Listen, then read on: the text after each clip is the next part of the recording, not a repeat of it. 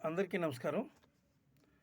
ఈరోజు రాజకీయాల పరిస్థితి ఎలా ఉందంటే ఆహ్, ఏపీలోనే కాదు అన్ని చోట్ల అలాగే ఉంది. కానీ ఏపీలో మాత్రం కొంచెం విరుద్ధంగా ఉందన్నమాట. ప్రజాస్వామ్య దేశంలో రాజకీయాలు చాలా బాధాకరంగా కనిపిస్తున్నాయన్నమాట. ఎందుకంటే రాజకీయాలు రాజకీయాల్లో చేయాలి. అలా కాకుండా వ్యక్తిగత దాడులు ఎక్కువైపోయినాయి ఈ రోజున రాజకీయాల్లో నాయకుల మీద కూడా. ఒకరి మీద మరొకరు, మరొకరి మీద మరొకరు మామూలుగా వ్యంగ్యాస్త్రాలు విసురుకుంటున్నారు.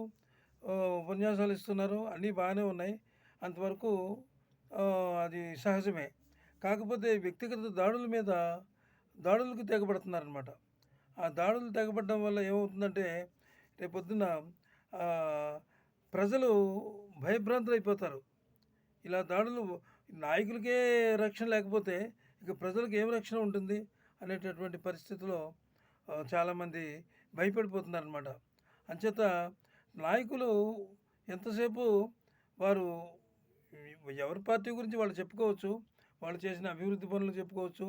వాళ్ళు అంటే సాధారణంగా కొన్ని కొన్ని విషయాల్లో వాళ్ళు ఏం చేస్తారంటే అధికార పార్టీ మీద కొన్ని కొన్ని విమర్శలు చేస్తూ ఉంటారు. ఆ విమర్శలకి అధికార పార్టీలు సమాధానాలు ఇస్తారు. అంతవరకు ఓకే.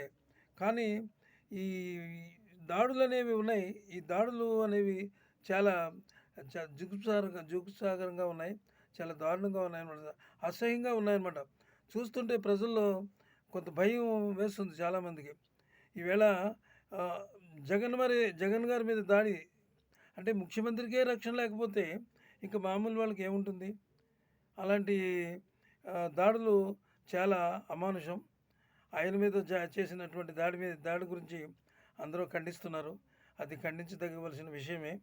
అయితే ఏది ఏమైనా ఒకరిపై మరొకరు దాడులు చేయకుండా సాధారణమైనటువంటి సమస్యలు వాటి మీద ఉండేటటువంటి ఆ పరిష్కారాలు లేదు మేమేం చేస్తాం అని వాళ్ళు చెప్పుకోవడం, ముందు ఎదరు పార్టీ వాళ్ళు మేమేం చేస్తామని చెప్పుకోవాలి తప్ప ఈ దాడుల్లోకంటూ దిగితే రేపొద్దున పార్టీలు ఏవి అధికారంలోకి వస్తాయనేది పక్కన పెడితే అధికారంలోకి వచ్చిన తర్వాత కూడా ఇలాంటివే కొనసాగితే రేపొద్దున ఈ ప్రజల పరిస్థితి ఏమిటి?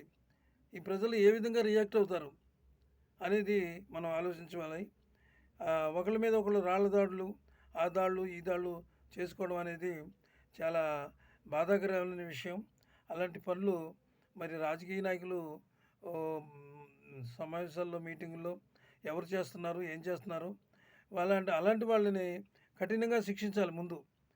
ఒకళ్ళని వదిలేస్తే రేపు మళ్ళీ ఇంకొకళ్ళు చేస్తూ ఉంటారు ఆ పని. అంచేత ఎట్టి పరిస్థితుల్లోనూ కూడా వాళ్ళని వదలకుండా వాళ్ళకి సరైనటువంటి శిక్ష వెయ్యాలి. వాళ్ళని పట్టుకోవాలి. ఇలాంటి దాడుల్ని ఎవరూ సమర్థించకూడదు. అంచేత ఇలాంటి దాడుల నుంచి బయటకొచ్చి సామాన్యంగా రాజకీయాలు చేస్తారని చెప్పి అందరం అనుకుందాం. సెలవు.